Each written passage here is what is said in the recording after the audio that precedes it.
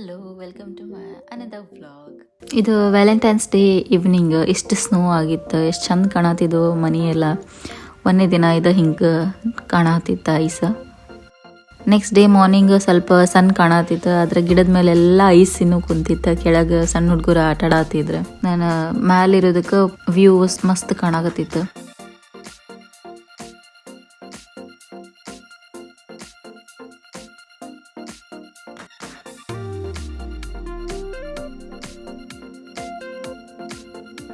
Valentine's day ದಿನ flowers ಆಫರ್ನಾಗಿತ್ತು ಅಂತ ಹೇಳಿ 4 ಡಿಫ್ರೆಂಟ್ ರೋಸಸ್ ತೊಗೊಂಡಿದ್ದೆ. ಆಮೇಲೆ ಅವನಿಷ್ಟು ಓಪನ್ ಮಾಡಿ ಪೌಡರ್ ಕೊಟ್ಟಿರ್ತಾರ, ಅಂದ್ರೆ ಫ್ಲವರ್ಸ್ ಒಂದು ಫುಲ್ ವೀಕ್ ಬರಲಿ ಅಂತೇಳಿ ಎಲ್ಲನೂ ಬಿಚ್ಚಿ ಅದರದ್ದು ಹಿಂದೆ ಲೀವ್ಸ್ ಮತ್ತು ಮುಳ್ಳು ಏನಿರ್ತಾವೆ ಅವನ್ನ ತೆಗೆದೆ.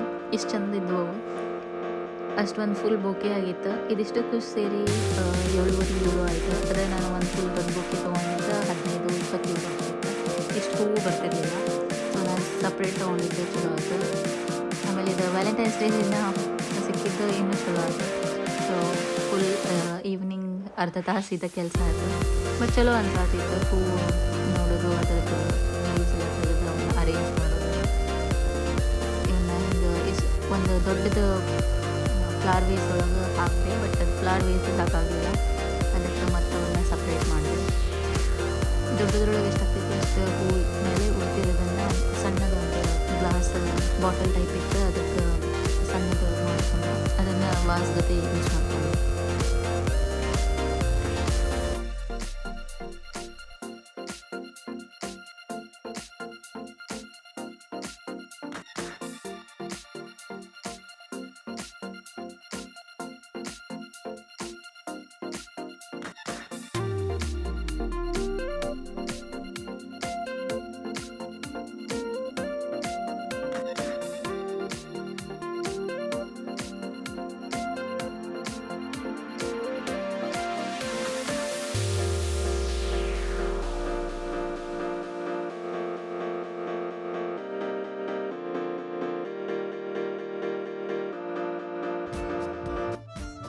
ನೆಕ್ಸ್ಟ್ ಡೇ ಸ್ನೋ ಆಗಿತ್ತಲ್ಲ, ಹಂಗೆ ವಾಕಿಂಗ್ ಹೋಗೋಣ ಅಂತ ಹೇಳಿ ಹೋದೆ. ಇಷ್ಟೆಲ್ಲ ಸ್ನೋ ಆಗಿತ್ತು, ಸ್ಲಿಪ್ಪರಿ ರೋಡ್ಸ್ ಇತ್ತು.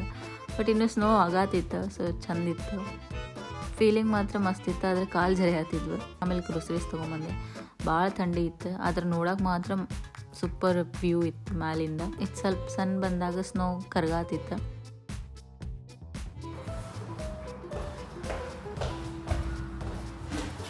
ಎರಡು ದಿನದಿಂದ ಸ್ನೋ ಆಗತೈತಿ. ಥಂಡಿಗೆ ಬಿಸಿದೇನಾರ ಬಜ್ಜಿ ತಿನ್ಬೇಕನ್ಸತೈತಿ. ಆದ್ರೆ ಲಂಚ್ ಟೈಮ್ ಆಗಿದ್ದಕ್ಕೆ ಬರೀ ಬಜ್ಜಿ ಮಾಡಿಕೊಂಡು ಹೊಟ್ಟೆ ತುಂಬಲ್ಲ ಅಂಥೇಳಿ ಕಡಿ ಪಕೋಡ ಮಾಡ್ಕೊಳ್ಳೋಣ ಅಂಥೇಳಿ ರೆಡಿ ಮಾಡಿಕೊಂಡೆ. ಅದಕ್ಕೆ 1-2 ಸ್ಪೂನ್ನಷ್ಟು ಕಡಲೆ ಹಿಟ್ಟನ್ನ ಮೊಸರೊಳಗೆ ನೆನೆಸಿಟ್ಟೆ. ಅದನ್ನು ನೆನೆಸಿ ಮಿನಿಮಮ್ ಅರ್ಧ ತಾಸು ನೆನೆಸಿಡ್ಬೇಕು. ಸೊ ಇದನ್ನು ಮೊಸರೊಳಗೆ ಕಲಸಿ ಇಟ್ಟು ಸೈಡಿಗೆ ಬೇರೆದ ಪ್ರಿಪ್ರೇಷನ್ ಮಾಡಿಕೊಂಡೆ. ಬಜ್ಜಿ ತಿನ್ಬೇಕನ್ಸಿತ್ತು, ಅದಕ್ಕೆ ಪಕೋಡ ಮಾಡ್ಕೊಳ್ಳೋಣ ಅಂಥೇಳಿ ಕಡಿಗೆ ಪಕೋಡ ಚಲೋ ಇರ್ತೈತಿ ಗುಜರಾತ್ ಸ್ಟೈಲ್. ಅದಕ್ಕೆ ಈರುಳ್ಳಿನ ಹೆಚ್ಕೊಂಡು ಅದಕ್ಕೆ ಉಳಿದಿರೋ ಕಡಲೆ ಹಿಟ್ಟು ಹಾಕಿ 2 ಸ್ಪೂನ್ನಷ್ಟು ಉಳಿದಿತ್ತು, ಅದನ್ನು ಹಾಕಿ ಮೇಲೆ ಒಂಚೂರು ಅಕ್ಕಿ ಹಿಟ್ಟು, ಆಮೇಲೆ ಮೈದಾ ಹಿಟ್ಟು ಹಾಕಿ ಉಪ್ಪು ಖಾರ ಒಂಚೂರು ಗರಂ ಮಸಾಲ ಹಾಕಿ ಇದನ್ನು ಕಲಸಿಟ್ಟೆ. ಉಪ್ಪು ಹಾಕಿರ್ತೇವಲ್ಲ, ಸ್ವಲ್ಪ ನೀರು ಬಿಟ್ಕೋತೈತಿ. ಸೊ ಇಮಿಡಿಯೇಟ್ ನೀರು ಹಾಕಿರಲಿಲ್ಲ. ಕಲಸಿ ಒಂದು 5 ನಿಮಿಷ ಬಿಟ್ಟು ಆಮೇಲೆ ಎಷ್ಟು ಬೇಕಷ್ಟು ನೀರು ಹಾಕ್ಕೊಂಡು ಮತ್ತು ಅದನ್ನು ಮಿಕ್ಸ್ ಮಾಡಿಕೊಂಡೆ. ಕಿಚಡಿ ಜೊತೆ ಯಾವಾಗಲೂ ಕಡಿ ಚಲೋ. ಅದಕ್ಕೆ ರೈಸ್ ತೊಗೊಂಡು ಅದರ ಜೊತೆಗೆ ಹೆಸರು ಕಾಳನ್ನ ಮಿಕ್ಸಿ ಒಳಗೆ ಹಾಕಿ ಅರ್ಧಂಬರ್ಧ ಸ್ಪ್ಲಿಟ್ ಮಾಡ್ಕೊಂಡಿದ್ದೆ. ಅದಕ್ಕೆ ಶುಂಠಿ, ಮೆಣಸಿನ್ಕಾಯಿ, ಮೆಣಸು ಎಲ್ಲ ಹಾಕಿ ಒಗ್ಗರಣೆ ಹಾಕ್ಕೊಂಡು ಅಕ್ಕಿ ಮತ್ತು ಹೆಸರು ಕಾಳನ್ನ ಹಾಕಿ ಉಪ್ಪು ಅರಿಶಿನ ಹಾಕಿ ಕುಕ್ಕರ್ ಕೂಗಿಸಿದೆ.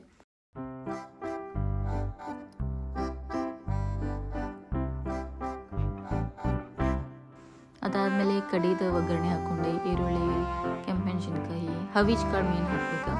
ಅದನ್ನ ಹಾಕಿದ್ಮೇಲೆ ನೆನೆಸಿಟ್ಕೊಂಡಿರೋದು ಏನು ಮೊಸರು ಮತ್ತು ಕಡಲೆ ಹಿಟ್ಟಿತ್ತು ಅದನ್ನು ಮಿಕ್ಸ್ ಮಾಡಿದೆ. ಇದು ಮಿಕ್ಸ್ ಮಾಡಿ ಕುದಿಸುವಾಗ ಗ್ಯಾಸ್ ಸಣ್ಣ ಇರಬೇಕು, ಅಂದ್ರೆ ಅದು ಕಡಿ ಚಲೋ ಬರ್ತೈತಿ. ಕಲಸಿಟ್ಟಿದ್ದ ಬೌಲಿಗೆ ನೀರು ಹಾಕಿ ಅದನ್ನು ಸ್ವಲ್ಪ ಕ್ವಾಂಟಿಟಿ ಜಾಸ್ತಿ ಆಗಬೇಕಲ್ಲ, ಆಮೇಲೆ ಕುದಿಯೋಕ್ಕೂ ಸ್ವಲ್ಪ ಚಲೋ ಹೊತ್ನಾಗ ನೀರಿತ್ತಂತಂದ್ರೆ ಚಲೋ ಕುದಿತೈತಿ. ಸೊ ಎಷ್ಟು ಮೊಸರು ಕಲಸಿರ್ತೈತಿ ಅದರದ್ದು 2 ಪಟ್ಟು ನೀರು ಹಾಕೋಬೇಕು. ನಾ ಒಂಚೂರು ಜಾಸ್ತಿನ ಹಾಕ್ಕೊಂಡಿದ್ದೆ. ಸೊ ಹಿಂಗೆ ಸಾರ್ಗತಿ ಅನ್ನಿಸ್ತೈತಿ, ಆದ್ರೆ ಅದು ಕಡಿ. ಆಮೇಲೆ ಪಕೋಡ ಕರ್ಕೊಂಡೆ. ಪಕೋಡ ಕರ್ದಿದ್ದ ಮೇಲೆ ಕಡಿ ಹಾಕ್ಕೊಂಡೆ. ಕಿಚಡಿನೂ ರೆಡಿ ಆಗಿತ್ತು. ಮಸ್ತ್ ನಂಗೆ ಥಂಡಿಗೆ ಬಿಸಿ ಬಿಸಿ ಕಿಚಡಿ ಕಡಿ ಪಕೋಡ ಸೂಪರಾಗಿ ರೆಡಿ ಆಗಿತ್ತು.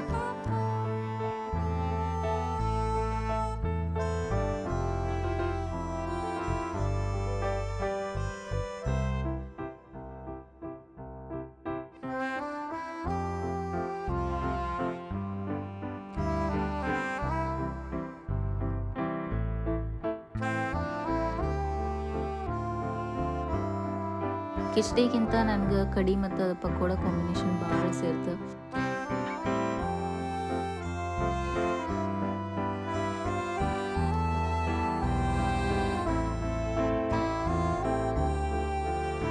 ಅದೆಲ್ಲ ಆದಮೇಲೆ ಥಂಡಿಗೆ ಕಾಫಿ ಕುಡಿಬೇಕು ಅನ್ಸಾತೈತೆ. ಅದಕ್ಕೆ ಫಿಲ್ಟರ್ ಕಾಫಿ ಇರಲಿಲ್ಲ, ಇನ್ಸ್ಟಂಟ್ ಕಾಫಿ ಇತ್ತು. ಅದನ್ನು ಹಿಂಗೆ ಮೇಲೆ ಫೋಮ್ ಬರುವಂಗೆ ಮಾಡ್ಕೊಂಡು ಅಂತ ವ್ಯೂ ಎಂಜಾಯ್ ಮಾಡಿ. That was my weekend. ನಿಮ್ಗೆ ಹೆಂಗೆ ಅನ್ನಿಸ್ತು? ರೆಸಿಪಿ ಟ್ರೈ ಮಾಡಿರಿ. ನೆಕ್ಸ್ಟ್ ವೀಡಿಯೋ ಒಳಗೆ ಸಿಗ್ತೇನಂತೆ. ಬಾಯ್.